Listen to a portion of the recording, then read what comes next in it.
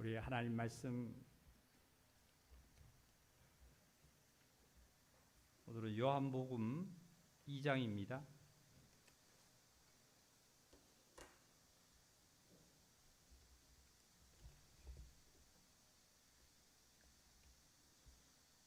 요한복음 2장 13절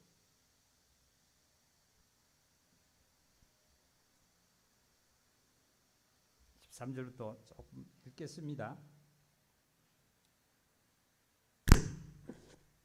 요한복음 2장 13절입니다. 유대인의 유월절이 가까운지라 예수께서 예루살렘으로 올라가셨더니 성전에 앉아서 소와 양과 비둘기 파는 사람들과 돈 바꾸는 사람들이 앉아 있는 것을 보시고 노끈으로 채찍을 만드사 양이나 소를 다 성전에서 내어 쫓으시고 돈 바꾸는 사람들을 돈을 쏟으시며 상을 엎으시고 비둘기 파는 사람들에게 이르되 이것을 여기서 가져가라. 내 아버지 집으로 장사하는 집을 만들지 말라 하시니 제자들이 성경 말씀에 주의 전을 사모하는 열심히 나를 삼키리라 한 것을 기억하더라. 이에 유대인들이 대답하여 예수께 말하기를 내가 이런 일을 행하니 무슨 표적을 우리에게 보이겠느냐. 예수께서 대답하여 이르시되 너희가 이 성전을 홀라 내가 사흘 동안에 일으키리라. 유대인들이 이르되 이 성전은 46년 동안에 지었거늘 내가 3일 동안에 일으키리라 하더냐. 그러나 예수는 성전된 자기 육체를 가리켜 말씀하신 것이라. 죽은 자 가운데서 살아나신 후에야 제자들이 이 말씀하신 것을 기억하고 성경과 예수께서 하신 말씀을 믿더라. 아멘. 우리 영지자매님들 이 말씀 우리 많이 들은 말씀입니다. 그런데 이 말씀 중에 보면 예수님께서 그 성전을 홀으라 그랬죠. 내가 4월 동안에 일으킨다고 말씀하셨고, 그리고 나서 21절, 22절을 통해서 예수님 자신이 십자가를 지셨다가 그 부활을 뜻한 겁니다. 이것은 누구든지 읽으면 다 알게 됐고 이것을 이해하게 돼 있어요. 그런데 이것이 나와 무슨 상관인지를 이것을 깨달아서 실천해 나가는 것이 바로 그리스도인이죠. 요즘 세상적으로 난리와 난리의 소문을 듣고 첫째 기근이 일어나고 또한 우리 주위에서뿐만 아니라 여러 그 각처에서도 보면은 지금 코로나로 인해서 사망자가 많이 나옵니다. 우리나라도 아마 사망자가 제가 정확하게 모르겠습니다. 2,000명 하면 2,300명 되는 것 같아요. 이런 사실을 우리가 들었을 때 나는 안전하다, 편안하다 할 때가 아니라 이러한 사건으로 말미암아 그리스도인들이 내가 어떻게 살아야 되고 어떤 행동을 해야 되고 어떤 삶을 살아야 되는지를 우리가 깨달아야만 합니다. 깨달아서 실천을 해야만 합니다. 예수님께서 예루살렘의 망대가 무너졌을 때 18명이 치어서 죽었습니다. 그럴 때 많은 사람들은 안 죽은 사람, 죽지 아니하는 사람들은 죽은 자들이 죄를 많이 지어서 저렇게 하나님께 벌을 받아서 죽는 거로만 생각하고 있습니다. 그런데 예수님께서 그 말씀을 하시고 그 사건이 일어난 것은 모든 이가 그 사실을 보고 깨달아서 회개해서 하나님께 돌아와 하나님의 뜻대로 삶을 살라는 거예요. 그러기 위해서 그 말씀을 기록해 놓은 겁니다. 그런데 많은 사람들은 어떤 나라가 이렇대, 우리가 이렇대, 어떤 이가 어떻대 하고 나의 일과는 전혀 상관없이 우리는 뉴스를 접하다든지 어떤 사건을 접할 때 이렇게 넘기는 것이 참 많습니다. 요즘 그 중동에서 아프간 그 나라를 보세요. 저 정권을 잡았던 자가 지금 그 탈환을 한 이 자들이 전에 잡았던 자들을 다 많이 죽이고 아주 힘든 상황들을 우리가 접합니다. 저도 동영상을 어떤 이로부터 이제 기독교에서 받았는데요. 기독교인들도 많이 참수를 당했대요. 그게 뭐 사실인지 아닌지 몰라도 단 한 가지죠. 단 한 가지. 이때가 우리 마태복음 24장을 좀 찾겠습니다.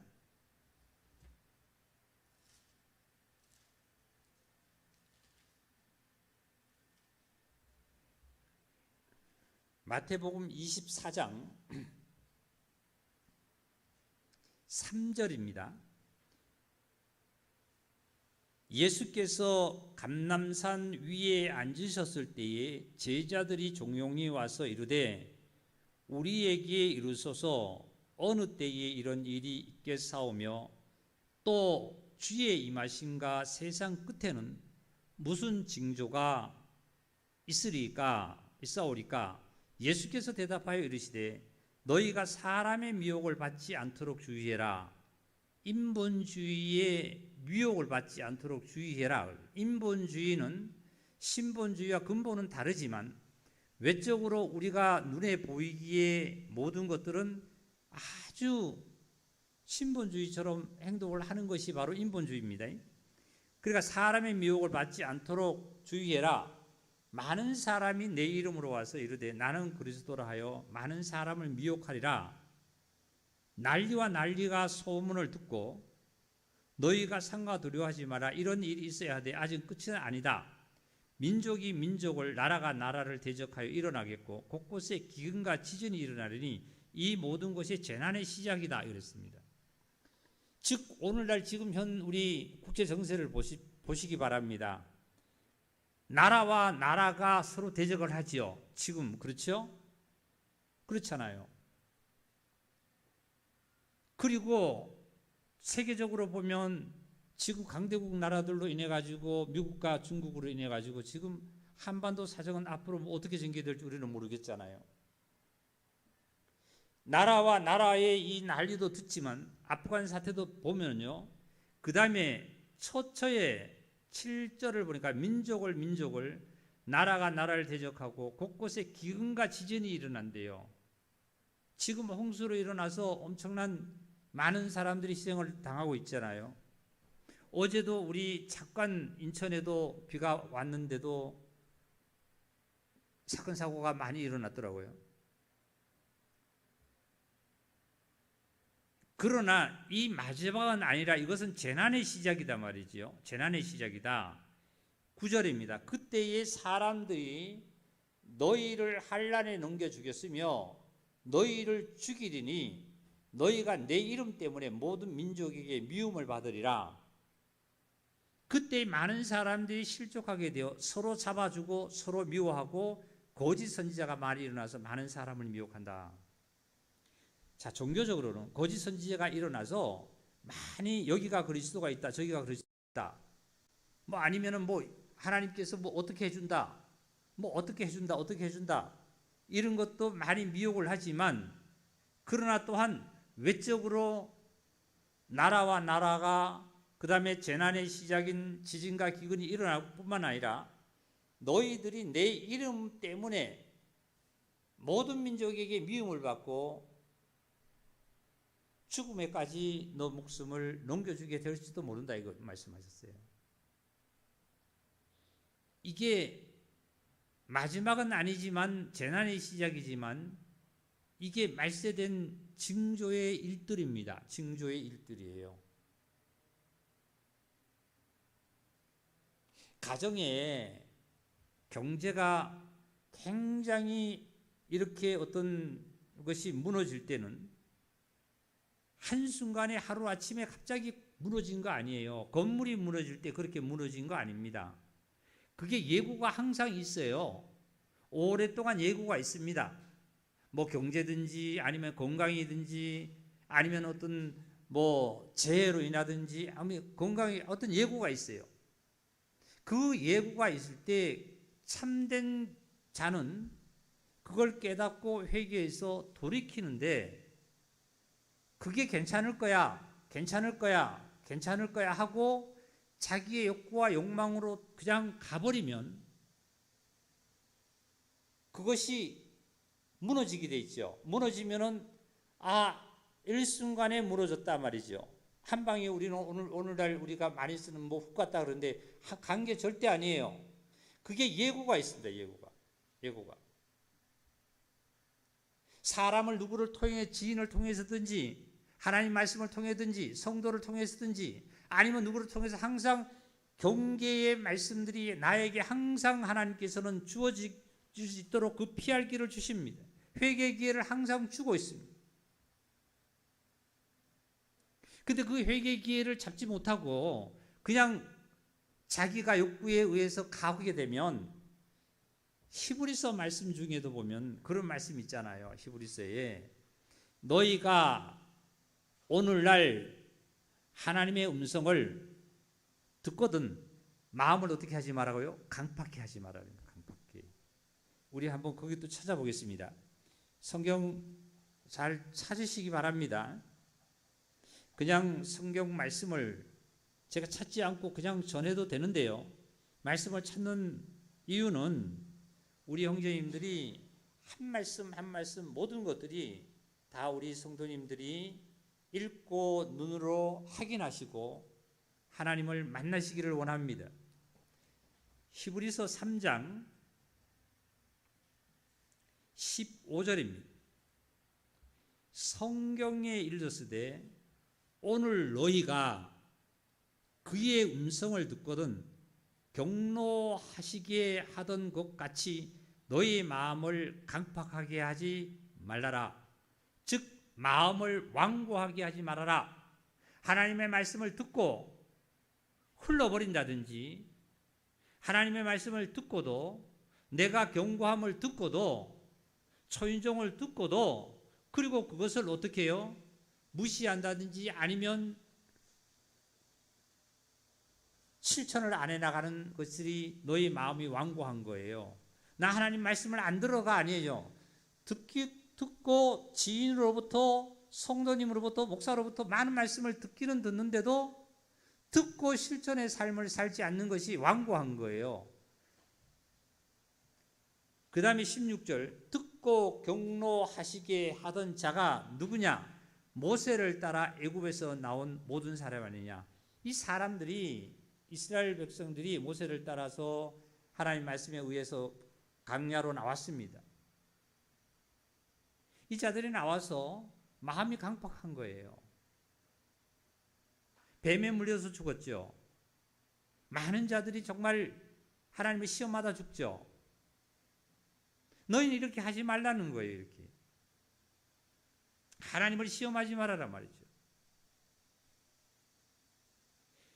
오늘 또 이러한 하나님의 말씀을 음성을 들은 순간 우리 형제자매님들은 마음을 강팍하게 하지 말라는 것은 난 하나님의 말씀을 듣기 싫어. 오늘 이 시간 예배를 안 드려. 그것도 강팍하게 하는 거지만 실천을 해나가지 않는 삶이 강팍해 하는 거예요. 강팍해 된 거예요.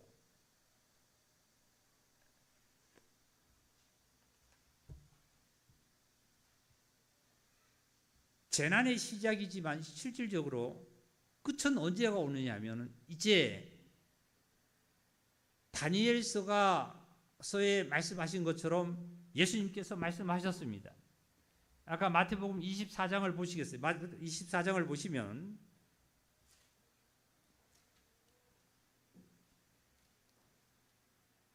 이렇게 말씀하셨죠.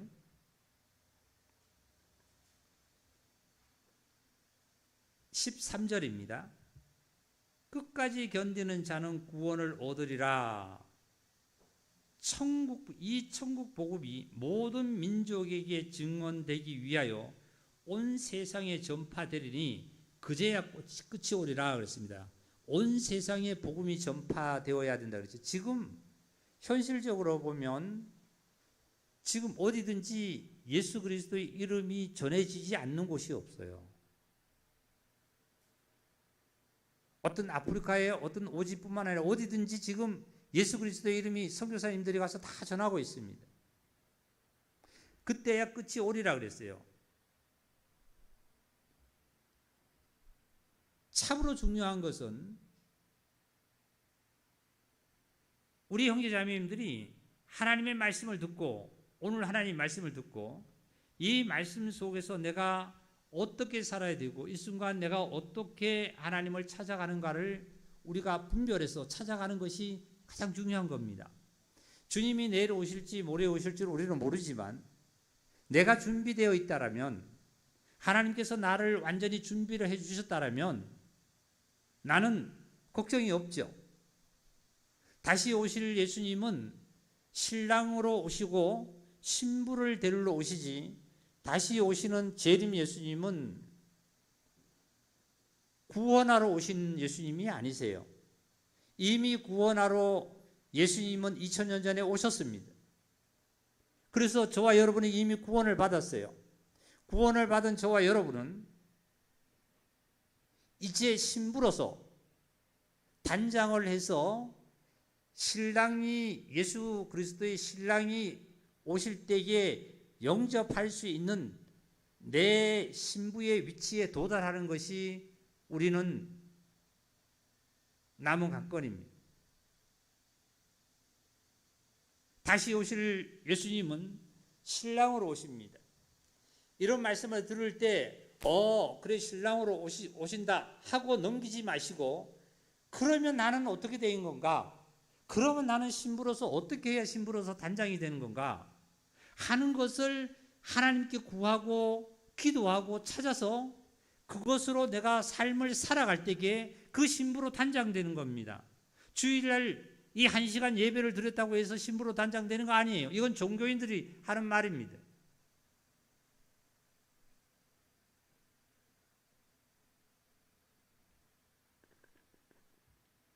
요한복음 2장으로 넘어갑니다. 본문의 말씀으로 넘어갑니다.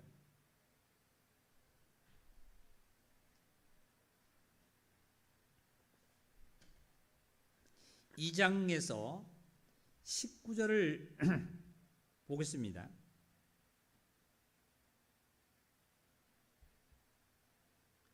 예수께서 대답하여 이르시되 너희가 이 성전을 헐라 내가 사흘 동안에 일으키리라 이런 말씀하셨어요. 그런데 예수님께서 이 성전을 왜 헐라 그러셨냐면 위에 13절 이하에 보면 성전 안에서 뭘 하고 있냐면 소와 양과 비둘기를 파는 사람도 있고 돈 바꾸는 사람이 있었습니다. 그러니까 예수님께서 노꾼을 만들어서 그를 내쫓으시고 야단을 치셨습니다. 돈의 상을 엎으셨습니다. 그리고 16절에 보니까 비둘기 파는 사람에게 이르시되 이것을 여기서 가져가라. 내 아버지 집으로 뭐 하는 자를 만들지 말라고요. 장사하는 집으로 만들지 말아라. 자, 한번 여기 흑반을 잠깐 볼까요? 성전 아니라 그러면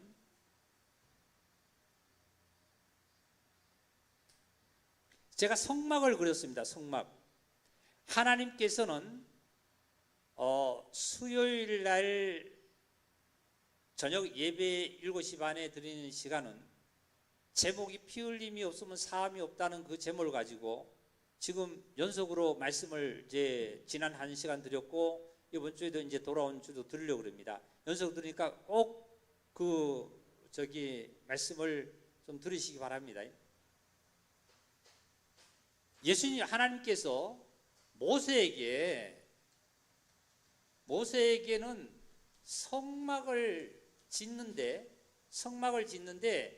하나님께서 계시를 해서 고가 맺히고 길이가 맺히고 문은 어디다 만들고 지성소는 어디다 만들고 성소는 어떻게 만들라는 것을 하나하나 다 계시를 했어요. 근데 이 성막의 모형이 늦게 이스라엘 백성들이 가나안 땅에 들어와서 왕권 시대가 접어들면서 다윗 왕이 성전을 지으려고 그러다가 성전을 못 짓고 솔로몬이 이제 왕이 성전을 지었는데, 솔로몬은 성전을 지었습니다. 성전을 건축했죠. 건축했는데 하나님께서 모세에게 계시해서 지은 성막보다도 솔로몬의 성전의 건축은 10배나 10배나 크게 지었어요. 그 증표로 규격이 있지만, 성경이 기록되어 있지만, 실제로 보면은 여기에 번제단이, 하나님께서 번제단을 하나 세우고 여기 번제단을 세웠습니다. 그리고 물두멍을 하나 세웠습니다. 그런데 솔로몬은 물두멍도 10개 만들고 번제단도 10개 만들었어요. 이것은 솔로몬이 이렇게 하나님의 성전을 건축한 것은, 이것은 솔로몬이 자의적으로, 즉 인본주의적으로, 인위적으로 건축했다고 봐도 될 것 같아요. 자, 보세요. 성경에는 성전을 이렇게 10개를 물두멍을 10개 만들고 번제단을 10개 만들어 성경이 기록된 적도 없고, 또 솔로몬 스스로도 그렇게 하나님께서 계시를 받은 적이 있다라면 아마 기록이 됐을 건데 기록된 것이 없습니다. 그런데 결론을 보면 이 솔로몬은 늦게 왕이 되어서 후궁속으로 많은 이방인 여인을 데려와서 사무물을 내가지고 우상을 섬겼어요. 끝이 안 좋았습니다. 결국은 지금 요한복음 2장에 가서 이 성전을 두고 하나님께서는 성전을 어떻게 해요? 허물으라 그랬어요.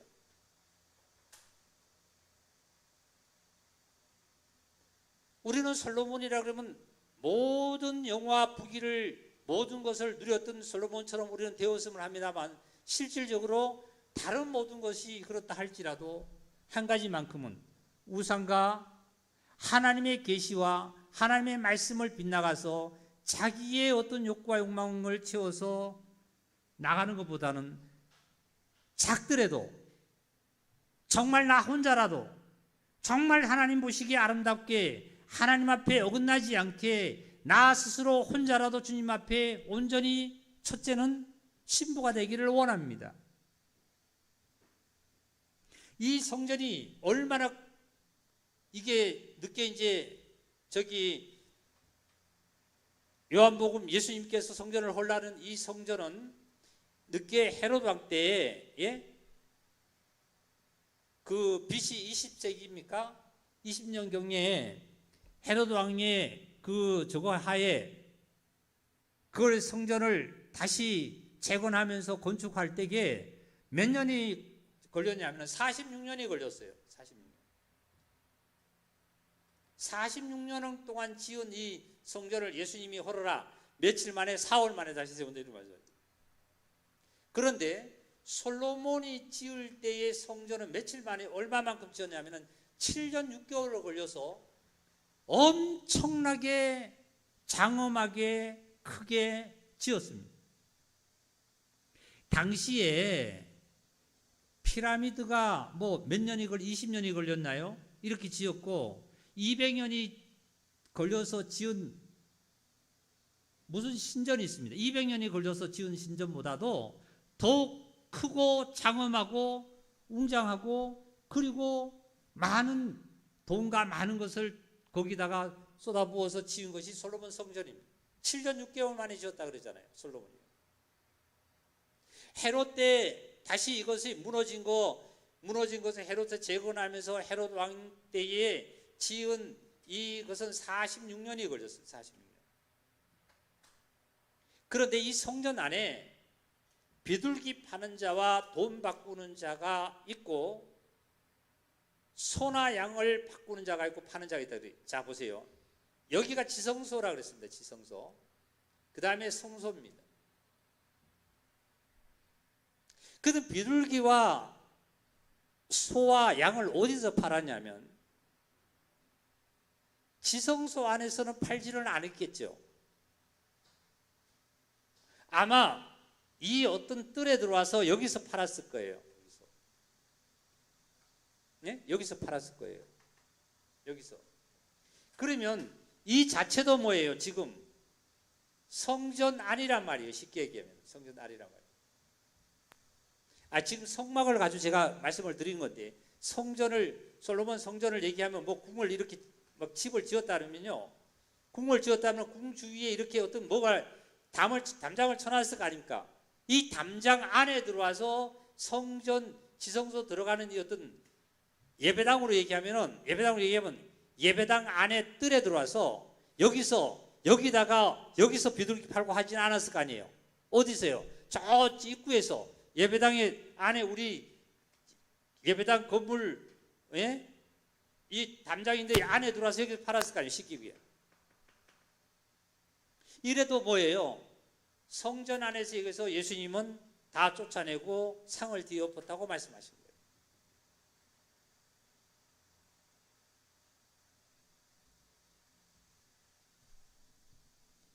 여기 보시겠습니다. 요한복음 2장입니다. 요한복음 2장.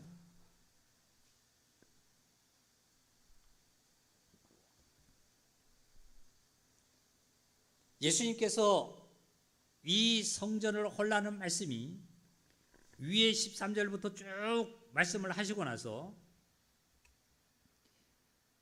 18절에 가니까 유대인들이 대답하여 예수께 말하기를 내가 이런 일을 너희가 이런 일을 행하리니 무슨 표적을 나에게 보여주겠느냐 이런 말씀이었어요.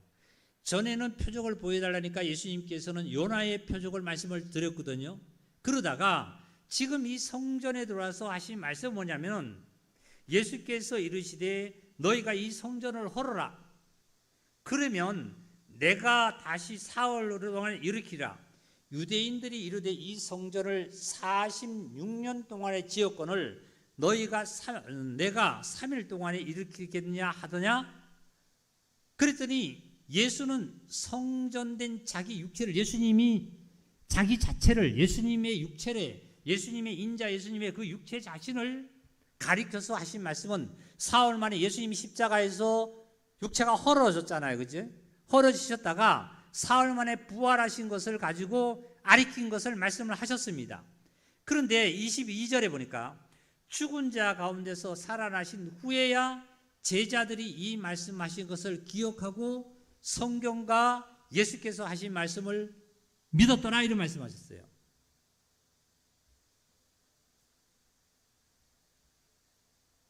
그러면 우리 형제자매님들은 이 말씀을 이대로 읽으면 이해는 합니다. 이론도 가지요. 다 압니다. 근데 이것만 알고 있으면 정말 종교의 신앙과에 다를 바가 없는 거예요. 그런데 이 제자들은 언제 알았느냐 하면 예수님께서 죽은 자 가운데서 살아나신 후에야 제자들이 이 말씀하신 것을 기억하고 깨달았고 그 다음에 믿었다라고 했어요. 맞아요? 그러면 제자들은 예수님께서 십자가에 죽으신 것과 무덤에 가신 것과 부활하신 사실을 눈으로 똑똑히 보고 목격했단 말이죠. 그런데 저와 여러분은 이게 목격했어요? 못했어요? 못했다는 거예요. 예? 예수님이 십자가에 지시는 것과 그리고 무덤에 들어가시는 것을 우리로 눈으로 본 적이 없잖아요.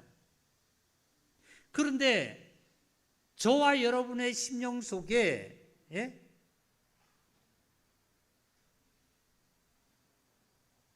성령의 주님이 오셔서 나를 어디로 데려가느냐면은 시공간을 초월하신 성령의 주님은 나의 영혼을, 시공간을 초월하신 나의 영혼을 어디로 데려가시냐면 예수님이 십자가와 무덤과 부활 안으로 그쪽으로 데려가셔서 나에게 증거해 주신 것을 우리 형제자매님들이 깨달아 믿음이 내 안에서 이루어져야 된다는 거예요. 그냥 이 말씀을 읽고 우리 형제자매님들이 모든 이가 이걸 믿으십시오 하면 아멘은 했지만은 사실은 성령이 와서 내 영혼에 성령님이 오셔서 내 영혼을 성령님께서 시공간을 초월하신 그리스도의 영이 나에게 증언해 주시고 나를 이끌어 주시고 그 사건 속으로 나를 이끌어 가실 때에 내가 깨달아지는 거요. 내가 하나님 앞에 감사의 영광을 돌릴 수 있는 겁니다. 그래서 어떤 성도는 찬송가를 이런 찬송을 드렸죠. 순례자. 예? 지금도 예수님의 모든 것을 행한 것을 지금 순례한다는 찬송이 있죠. 순례. 그 찬송이 주의 영이 계심이로다 성령이 계시네 할렐루야 내게 계시네 좁은 길을 걸으며 밤낮 기뻐하는 것 주의 영이 함께함이라. 주의 영이 나를 순례길로 인도해 주시는 거예요. 순례길로. 예수님께서 이 땅에 오셔서 갈릴리에서부터 나사렛에서부터 복음을 증거하시고 십자가 가시고 지시고 무덤에 가시고 부활하신 이 모든 상황을 우리는 이 육체의 눈으로 본 적이 없고 육체의 손으로 만져본 적도 없지만 성령의 주님이 오셔서 그리스도의 영이 오셔서 나의 영혼을 데리고 나를 지금도 이 순간도 그 순례의 길로 인도해 주시는 그 성령의 주님을 따라서 저와 여러분은 움직여 살아야만 한다는 거예요.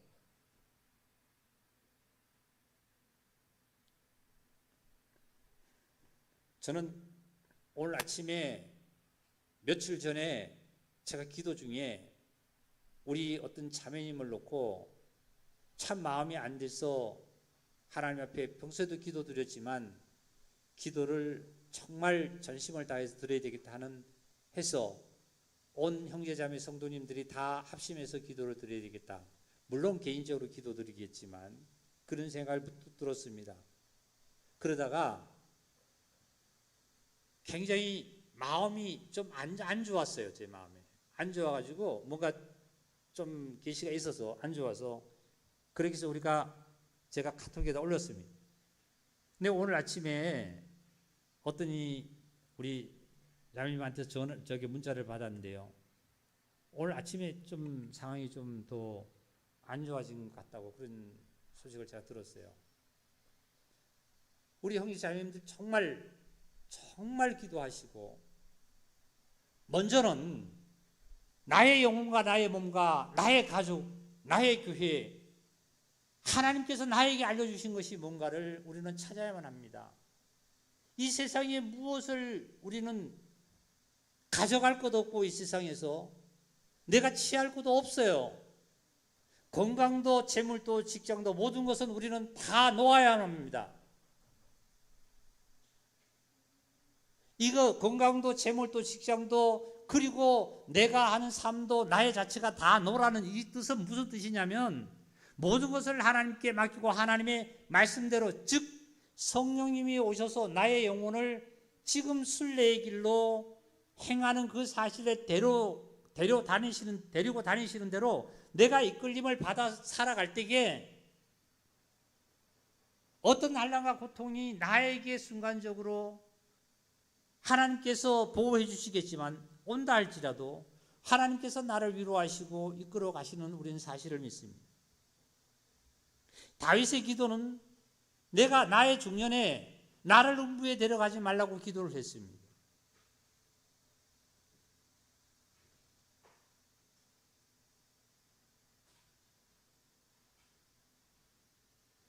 이러한 우리 교회에서 경고의 말씀을 얼마나 많이 듣습니까?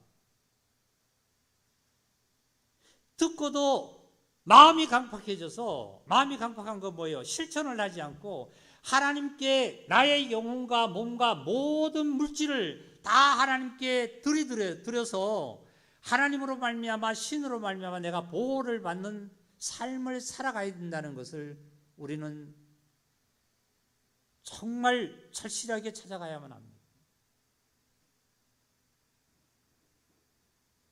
근데 세상의 친구 얘기, 부모님 얘기, 가족 얘기, 지인들 얘기는 참 잘 들어요. 금방 듣고 금방 그냥 어떻게 하면은 흡수려 버립니다.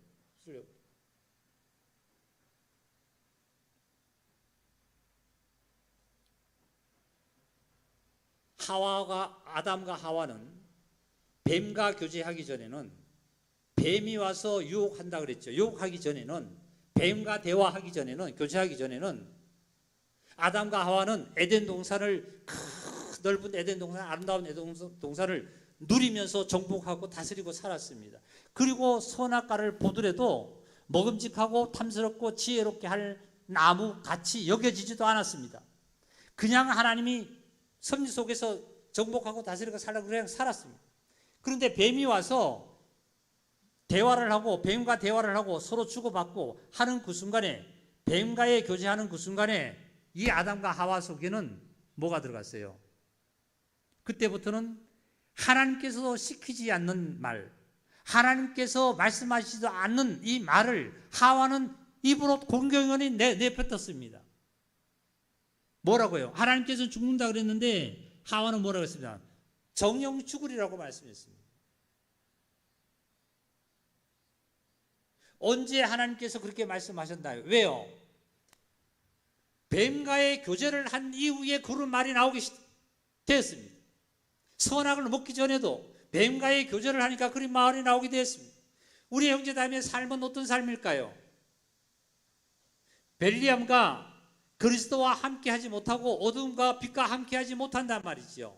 내가 세상에 나가서 직장도 다니고 많은 사람들도 만나고 모든 일을 하는 것, 그 사람들하고 내가 공유하고 말을 섞고 교제한다기보다는 그 사람에게 기회만 닿으면 이 천국 복음을 내가 증거하고, 입으로 증거하지 못하더라도 행동으로 증거할 수 있도록 하나님께서 빛 가운데에게 나를, 그 모든 자에게 모든 것을 하도록 해놨습니다. 그런데 오히려 그러한 자들과 벨리암과 만나서 대화를 하고 같이 공유를 하고 생각을 같이 하고 같이 먹고 마시고 웃고 모든 것을 행할 때 하나님께서는 우리에게 무엇라고 말씀하시겠습니까? 그 다음부터 나오는 하와의 말은 하나님께서 먹지 말라는 것을 먹으면 안 돼, 하나님께서 먹지 말라고 그래서 뱀아 떠나가라 하지 아니하고 뭐겠냐면은 이상한 말을 했죠.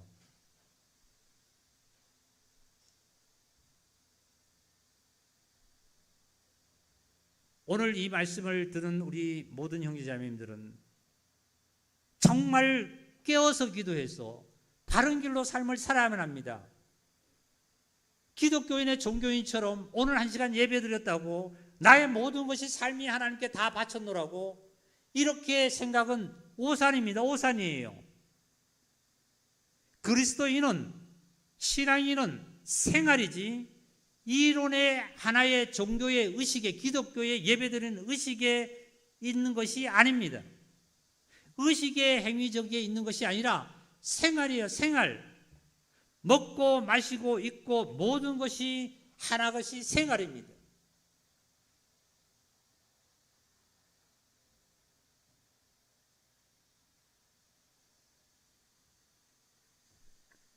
예수님께서 이 성전을 홀라는 이유가 있었습니다.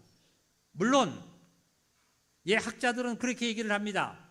앞으로 이 성전이 돌 위에 돌 하나도 남기지 않고 예수님 말씀대로 다 무너질 거다 하는 것은 실질적으로 주 70년경에 로마에 항상 말씀드렸죠. 디도 장군에 의해서 완전히 예루살렘이 함락되었습니다.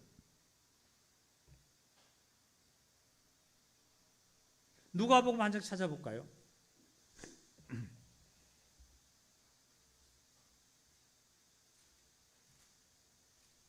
누가복음 21장입니다. 저는 다시 강조를 합니다. 저는 제 안에 주님께서 역사하시고 제 안에 깨달음을 주신 것을 증거하기를 원하고 우리 형제자매님들 그렇게 들어서 종교적인 설교와 이론적인 설교를 하기를 원치 않습니다. 그래서 이 말씀 하나하나 들으실 때에 여러분 심령에서 주님의 역사와 생활과의 하나님과의 관계와 하나님과의 이 역사를 정말 이끌어 가셔야 될 줄 믿습니다. 자, 보시겠습니다.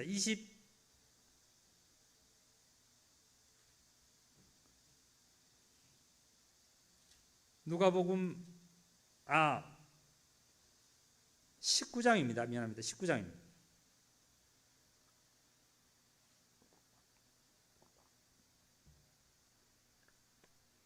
누가복음 19장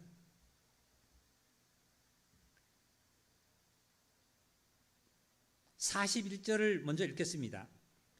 가까이 오사, 어디에 예수님께서 가까이 오셨냐 하면 예루살렘 성에 가까이 오사 성을 보시고 다 같이 읽어봅시다. 예수님이 어떻게 하셨다고요? 어떤 액션을 취하셨죠? 가까이 오사 성을 보시고 예수님이 뭐 하셨어요? 우셨단 말이에요. 우셨다. 눈물 흘리셨다는 거예요. 왜 눈물 흘리셨을까요? 성전을 40년 동안 지는 이 성전은, 어마어마한 성전을 지었는 이 성전은, 많은 돈을 들여서 지은 이 성전이 아까워서요?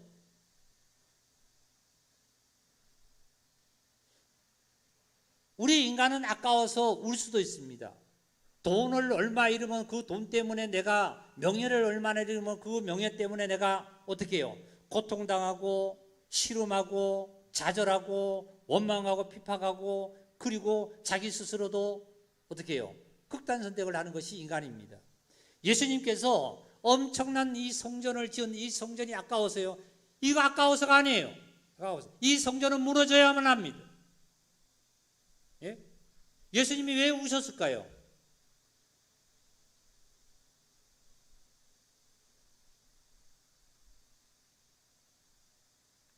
너희가 하나님의 집이라고 솔로몬 때부터 정말 하나님의 법궤를 모셔드리고, 예? 모셔놓고 제단을 쌓고 하나님께 제사드린 이 집이라면 너희들이 이 집에서 뭘 해야 될까요? 만민이 내 집은 기도하는 집이고, 만민이 하나님께 경배하는 집이고, 만민이 하나님을 찬양하는 집인데, 이 집에서 뭘 했습니까? 결과가 뭐 했죠? 이 집에서, 여기서 했잖아요. 비둘기 팔고 소 팔고 말이죠. 돈 바꾸고 말이죠. 온갖 나쁜 짓은 다 한다 말이죠. 그래서 예수님께서는 우시는 이유가, 아마 모든 민족들이, 특히 유대인들이 예수님을 영접지 아니해서 배척을 한 곳에서 너희 집이 어떻게 해요? 황폐해진다 그랬잖아. 너희 집이.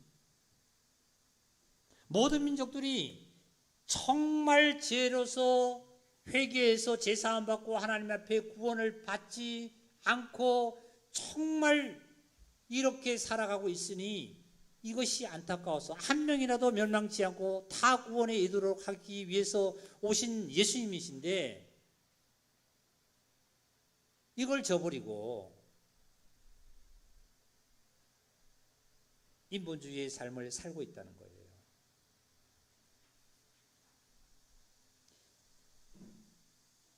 이 예수님께서 이렇게 우셨습니다. 그리고 나서 42절을 읽겠습니다. 이르시되 너도, 요것은 앞에 말씀을 좀 읽어야 될 것 같아요. 28절 이하에 보면은 예수님께서 예루살렘을 향하여서 가시는데, 감람원에 불리는 베바게와 베다니에 가까이 가셨을 때, 베다니는 누가 살았던 곳이에요? 나사로와 마르다 마리아가 살았던 곳이죠. 그 가까이 가셨을 때 제자 중 둘을 보내시며 이르되 맞은편으로 가서 나귀 새끼를 끌고 와라, 이런 말씀이었어요. 그리고 나귀 새끼를 끌고 왔습니다. 갖고 와서 예수님이 타셨어요. 그리고 자 30절입니다. 이미 감난산 내리막길에 가까이 오심에 제자의 온 무리가 자기들이 본 바 모든 능한 일로 인하여 기뻐하며 큰 소리로 하나님을 찬양하고, 자 이제 나귀 새끼를 예수님이 타시고 모든 제자들이 기뻐하고 큰 소리로 하나님을 찬양하고 이르되 찬송하리다 주의 이름으로 오시는 왕이여, 하늘에는 평화요 가장 높은 곳에는 영광이로다 하니, 무리 중 어떤 바리새인들이 말하되 선생님이여 당신의 제자들을 책망하소서 하거늘 대답하여 이르시되 내가 너희에게 말하노니, 만일 이 사람들이 침묵하면, 즉 제자들이 찬양하고 하늘에는 평화고 가장 높은 곳에는 영광이다 하는 것을 침묵하고 있다라면 돌들이 말이죠. 저 바위들이, 돌들이 일어나가서 소리를 치르고 찬양할 거다 그랬습니다. 그럴 때 예수님께서 어떻게 해요? 성을 보고 우신 거예요. 성을 보고. 이 바리새인들은 어떤 자리였어요? 이 성전을 어떻게 해요? 주관하잖아요.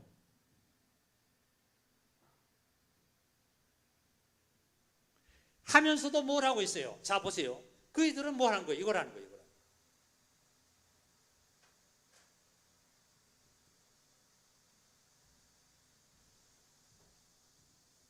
마태복음 하나 더 찾겠습니다. 마태복음 찾겠습니다. 마태복음 21장입니다.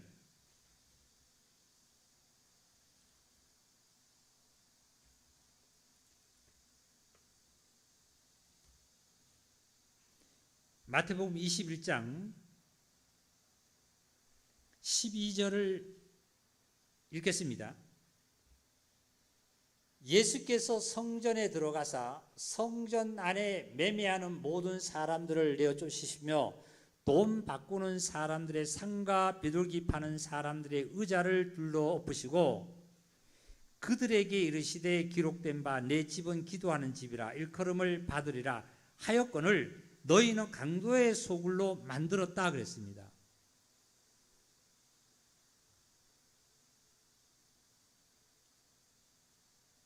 그런데 예수님께서는 그 성전 안에 누가 왔냐 하면은 맹인도 왔고요. 다리 저는 자도 왔고요. 병자들은 성전에서 만났을 때 그 자들을 고쳐주셨습니다.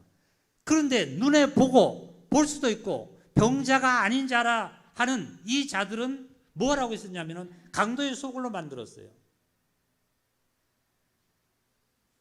이거 당시에 누구를 탓합니까? 바리새인이고 유대인들 아닙니까? 본자가. 그리고 장님이고 그리고 보지 못했고 절름발이고 그리고 이러한 자들은 오히려 이방인이라고 우리가 볼 수 있습니다. 아, 그래서 우리는 구원받아서 맞습니다. 그런데 보세요. 여기서 예수님께서 하신 말씀이 13절에 그들에게 이르시되 기록된 바 누구의 집이에요? 성전이 사실은 누구의 집이에요? 예수님께서 누구의 집이라고 그랬어요? 여기 다 같이 13절 읽겠습니다. 13절 시작. 그들에게 이르시되 기록된 바 누구의 집이에요? 내 집은 기도하는 뭐라고요? 집이다 그랬죠. 마태복음 21장입니다. 21장 13절이에요. 누구의 집이라고 그랬어요? 내 집이라고 그랬어요. 내 집. 근데 내 집인데 내 집이 우리 문자적으로 자세히 분석을 해보면 내 집이 누구 집으로 바뀌었냐면 너 집으로 바뀔 수 있어요. 너 집으로.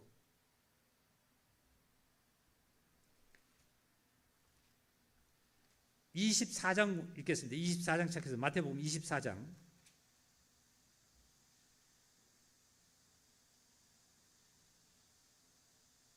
23장입니다. 23장 37절 읽겠습니다. 예루살렘아 예루살렘아 선지자들을 죽이고 내게 파송된 자들을 돌로 치는 자여 암탉이 그 새끼를 날개 아래 모음같이 내가 내 자녀를 모으려 한 일이 몇 번이더냐.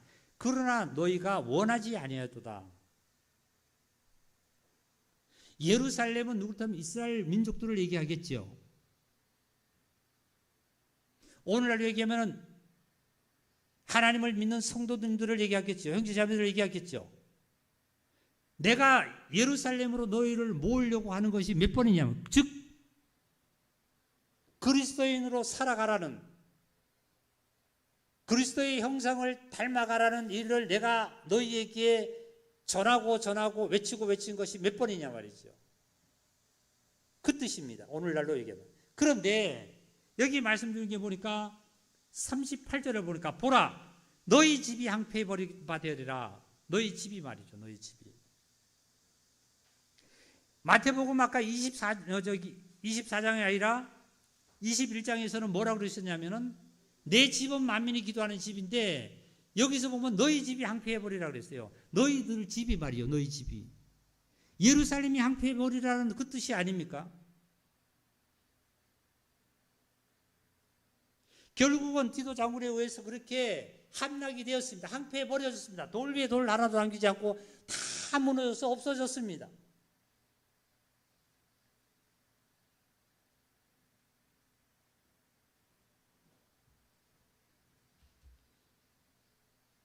아까 누가복음 그 21장 이전에 말씀 중에서 예수님께서 성전을 보시고 우시는 이유 중에 그 전에 뭐라고 예수님께서 말씀하셨냐면, 어떤 자가 먼 나라에 가서 왕권을 받아 다시 올 때까지 내가 너희들에게 한 문화씩 맡긴다 그랬습니다. 어떤 자는 불러서 한 문화를 맡겼습니다. 그리고 어떤 종을 또 불러다가 또 한 문화 맡겼습니다. 어떤 종을 불러 또 한 문화 맡겼습니다.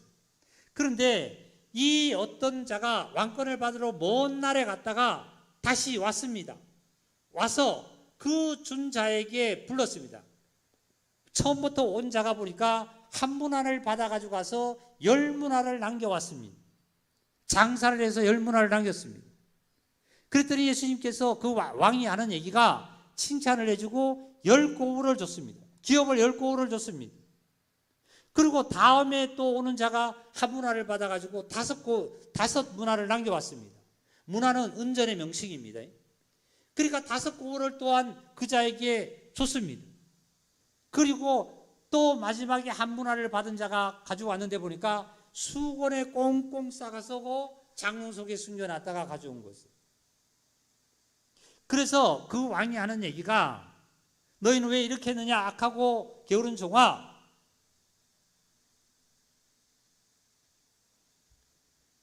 심지도 않고 거두지 않는 곳에서 너희가 취할 것을 취하고자 하느냐 말이죠.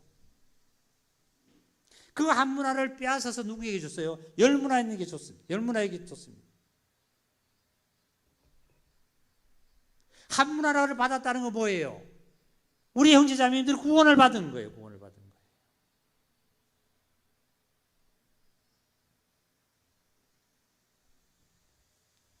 하나님의 법궤가 지성소에 들어와 있습니다. 성전을 건축한데 거기에 제단의 지성소에다가 만들어놓은 거기 법궤가 들어가 있겠죠. 근데 뜰에서는 무엇들을 하고 있냐면 이걸 하고 있어요. 뜰에서는. 형제자매님들이 내가 구원을 안 받았다는 거 아니잖아요. 내가 성령을 안 받았다는 거 아니잖아요. 성령은 받기는 받아놓고 내 영에 받아놓기는, 마음에 받아놓기는 해놓고 나의 행동과 나의 생각과 나의 모든 뜰에서는 뭘 하고 있냐면은 세상의 일을 하고 있대요.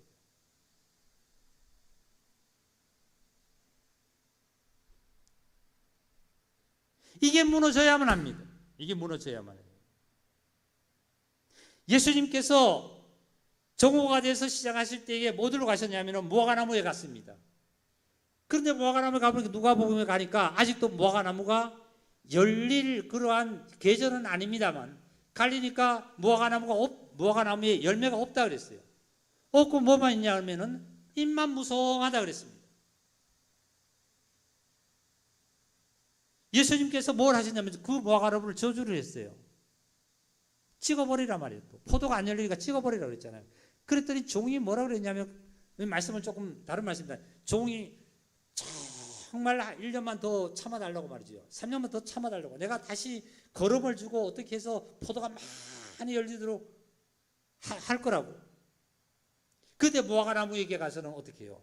저주해 버렸어요. 무화과나무 말랐잖아요. 이걸 무엇을 뜻합니까? 열매는 뭘 뜻합니까? 생활입니다. 생활.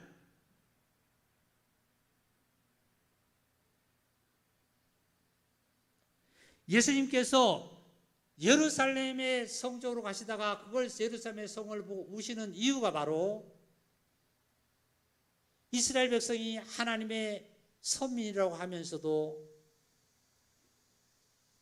율법을 가리키고 율법을 집행을 하면서도 생활로서는 전혀 다른 거예요. 오늘 우리 형제자매님들이 뭐예요? 말씀은 내 영에 와 있는데, 삶을 통해서, 삶에서는 보면 우리가 이거를 한다라면 뭐가 없냐면 열매가 없는 것 같아요.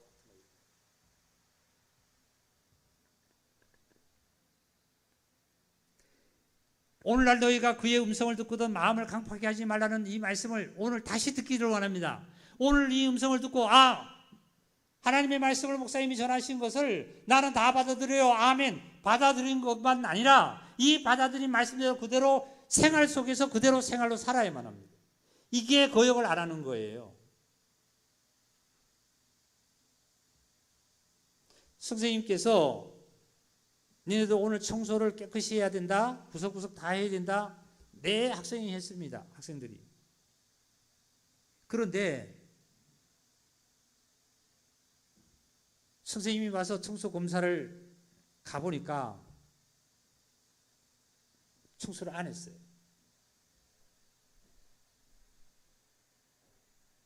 흉내만 낸 거예요. 흉내만. 신앙은 흉내 내는 거 아니잖아요.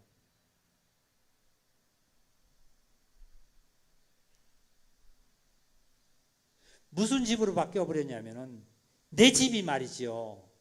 하나님께서 예수님께서 만인이 기도하는 집이라고 내 집이라고 얘기했었는데 늦게 너희 집으로 바뀌어버릴 거예요. 너희 집으로. 너희 집으로.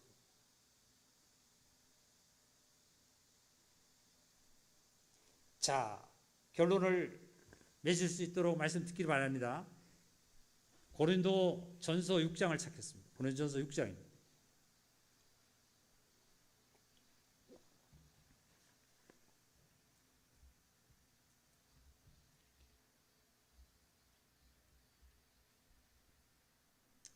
고린도전서 6장입니다. 12절을 읽겠습니다. 모든 것이 내게 가하나 다 유익한 것이 아니요 모든 것이 내게 가하나 내가 무엇이든지 얽매이지 아니하리라. 자, 우리 성도님들이 말씀을 듣다 보면 생명이 어떻게 역사하는 것을 자기 자신이 좀 깨닫기를 원하느냐면 제가 경험하는 생명을 경험하는 거 보면 말씀을 쭉 듣습니다. 이런 성경을 구절을 읽는다든지 말씀을 들을 때에 이대로 그냥 이거 믿으십시오 하는 것이 위해서는 그냥 아니라 말씀을 쭉 들을 때 자기 마음속에서 그 뜻이구나. 맞아. 주님이 이러시지. 나는 이랬지. 그리고 자기대로의 겉으로는 표현을 못하더라도 자기 심령 속에서 성령님과 내 영혼이 딱 마주칠 때, 즉 만난다 그럴까요? 어떻게 닿을 때 말이죠. 그때 그 말씀이 나의 말씀이 되고 나에게 힘이 되고 능력이 되는 거예요. 자, 다시 한번 읽습니다. 모든 것이 내게 가하나 다 유익한 것이 아니요 모든 것이 내게 가하나 내가 무엇이든지 얽매이지 아니하리라. 음식은 배를 위하여 있고 배는 음식을 위하여 있으나 하나님은 이것저것들을 다 폐하시니라. 몸은 음란을 위하여 있지 아니하고 오직 주를 위하여 있으며 주는 몸을 위하여 계시느니라. 몸은 누구를 위해서 있다고요? 주를 위해서. 자, 이리 보세요. 흑판을 보세요. 이 모든 것들이, 성막의 모든 것들이, 기구의 모든 것들이 부삽과 집게와 물두멍과 번제단과 성소의 금촛대와 모든 것들이 무엇을 위해서 있냐면 최종적으로 하나님의 관계를 갖기 위해서 있는 거예요.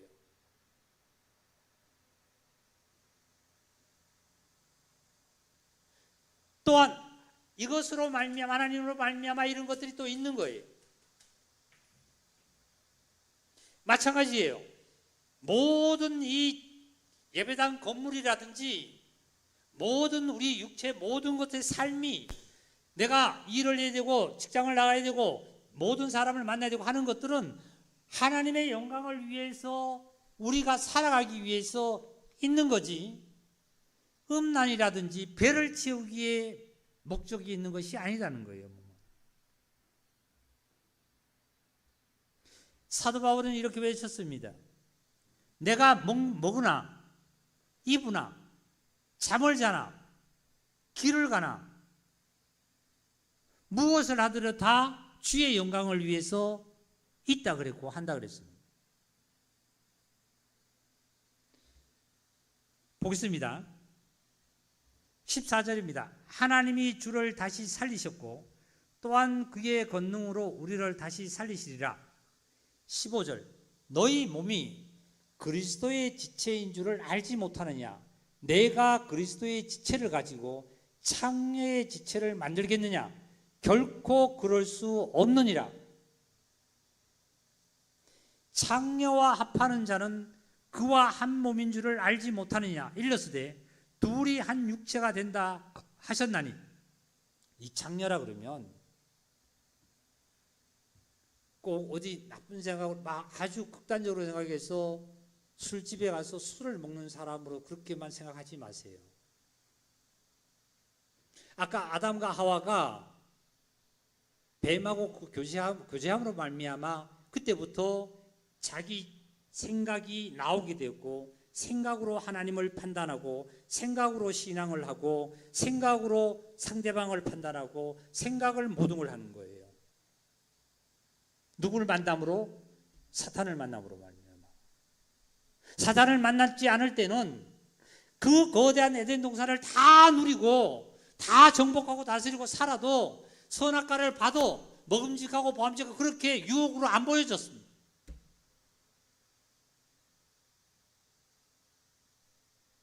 나에게 유혹으로 보여지는 모든 것들이 아까에 만나서 교제가 시작되면 그렇게 보여지고, 그때는 자기의 편리주의로, 자기의 신앙으로, 자기의 모든 것으로 모든 것을 하나님을 판단하고 신앙하고 있는 거예요. 조심해야 돼요. 이게 바로 생명의 음성이요, 생명의 길로 가는 진리의 음성이 듣고 우리는 깨우쳐 가야만 합니다.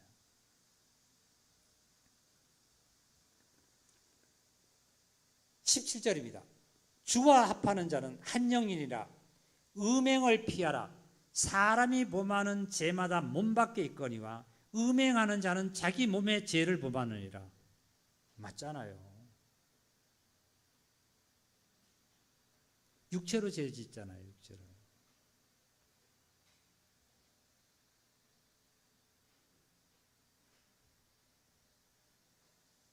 (19절입니다) 너희 몸은 너희가 하나님께로부터 받은 바 너희 가운데 계신, 다 같이 크게 읽겠습니다. 시작. 성령의 전인 줄을 알지 못하느냐? 너희는 너희 자신의 것이 아니라, 너희 자신의 것이 아니라. 20절도 다 같이 시작. 값으로 산 것이 되었으니 그런 적이 너희 몸으로 하나님께 영광을 돌리라 말이죠. 하나님께 영광을 돌릴 수 있는 것은 값으로 샀기 때문에, 하나님께서 값으로 사서 이제 깨끗하기 때문에 하나님께 영광을 돌릴 수 있는 자격을 우리에게 부여해 주신 거예요. 응?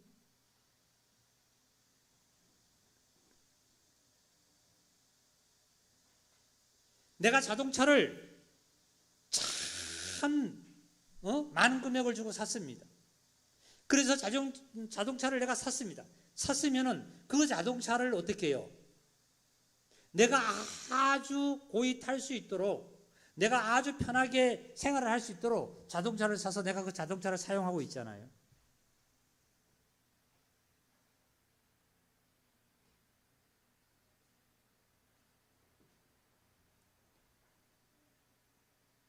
하나님께서 늦게 그 아담에게 가죽옷을 지어 입혔잖아요. 가죽옷을.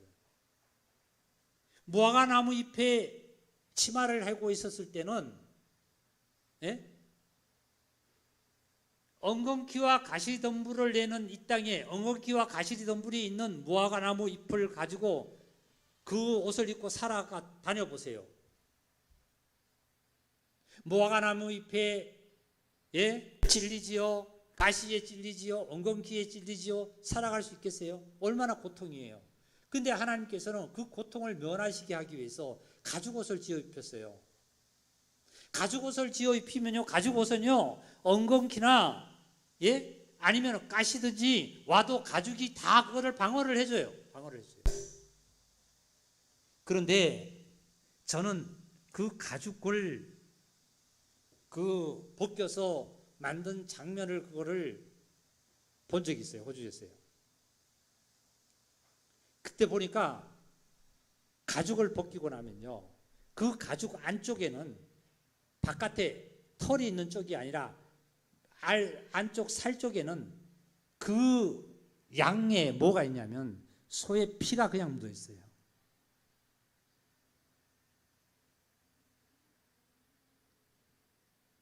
그걸 이제 그 가공업자가 피를 이제 닦아내죠. 씻지요.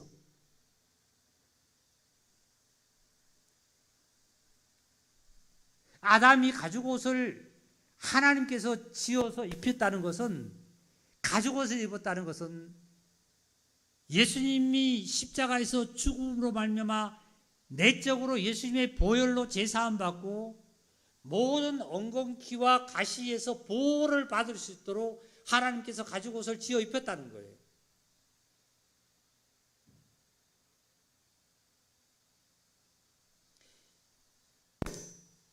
아담과 하와가 에덴 동산에서 넓은 것을 그렇게 모든 것을 누리며 살아갈 때에 얼마나 감사했겠어요. 결국은 가죽옷을 지어 입힘으로 말미암아 어쨌든 아담과 하와는 에덴 동산에서 쫓겨날 수밖에 없었습니다. 그 사람으로는 안 되기 때문에 쫓겨날 수밖에 없었어요.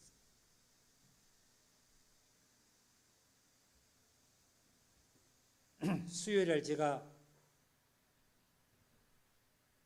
세계 탐험가 중에 한 사람이 바비리치라 그랬나요? 바비리치라 그랬나요? 이 사람이 탐험하는 탐험가인데요. 일본의 라이가라 그 폭포를 통 하나로 라이가라 폭포를 건넜다 그래요. 세계를 탐험을 다 하면서, 넓은 세계를 탐험을 다 하면서 그 위험한 것도 그냥 다 정복을 했는데요. 어느 날 귤 껍질에 미끄러져서 병원에 입원하게 됐답니다. 귤 껍질 그냥 땅에 떨어져 있는 거 그거 하찮잖아요.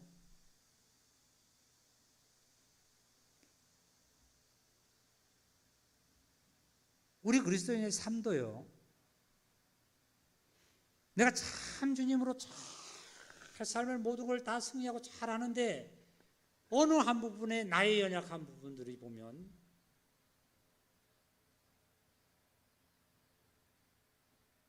내가 참 넘어질 뻔 할 때가 우리들이 참 인생은 참 많은 것 같아요.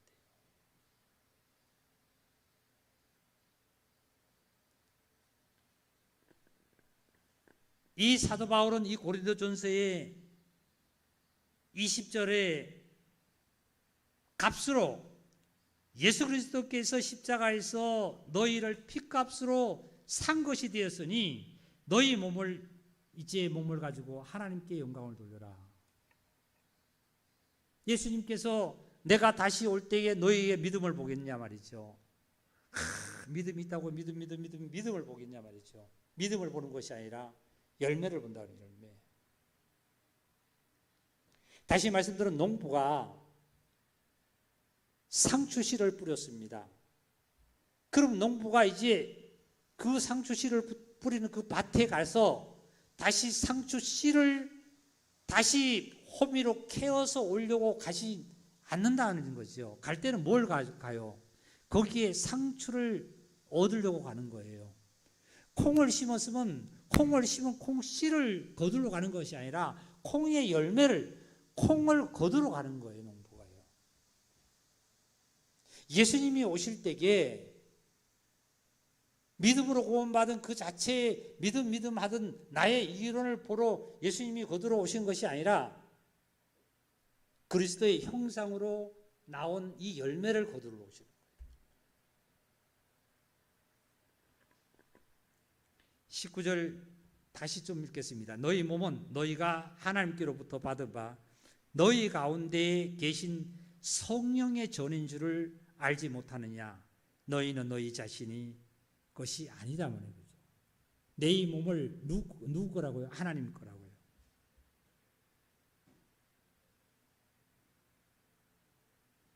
하나만 더 찾겠습니다. 로마서 12장입니다.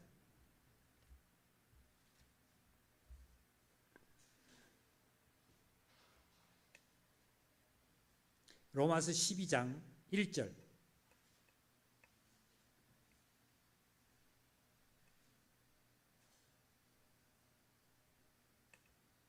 다 같이 읽을까요? 그러므로 형제들아 내가 하나님의 모든 자비하심으로 너희를 권하노니 너희 몸을 기뻐하시는 거룩한 산제물로 드리라. 이는 너희가 드릴 영적 예배니라. 그럼요.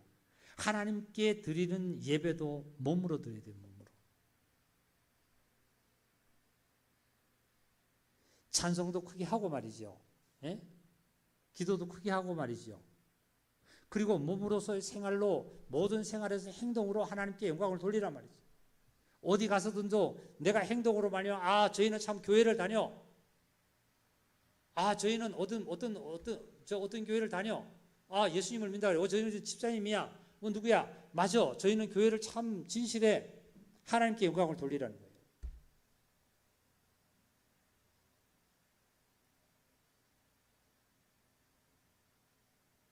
몸으로서, 행동으로서, 생활로서.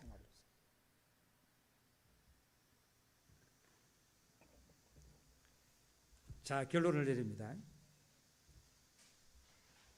예수님께서 성전을 헐라 그러는데 성전은 헐어져야만 합니다. 이 성전은 예수님께서 이제 뭐라 그랬냐면은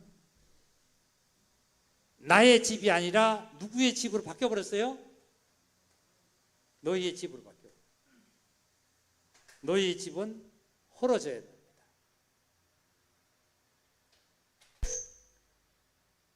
육신은 완전히 세상은 종료를 찍어야만 합니다. 너희의 집은 헐어지고 내가 다시 3일 만에 4월 만에 세우리라 하는 그 집이 서야만 하겠지요. 바로 저와 여러분은 나의 영혼과 나의 몸과 나의 모든 삶이 하나님의 전입니다. 전.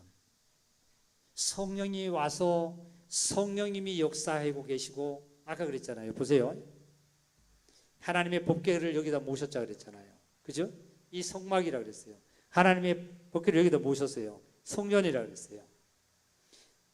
하나님의 법궤가 여기 계시니까 그런 거예요. 계시니까. 내 안에 성령이 오셨다라면 나의 뭐가 되어야 돼요? 성막이 되어야 되고 나의 성전이 하나님의 성전이 되어야 되죠.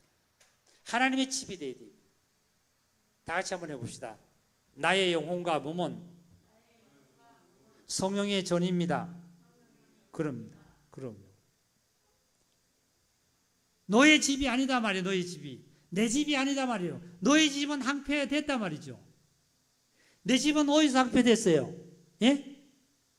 내 집은 어디서 항폐됐습니까? 내 집은 디도 장군에 의해서 70년경에 항폐됐습니까? 아니면 내 집은 어디서 항폐됐지요?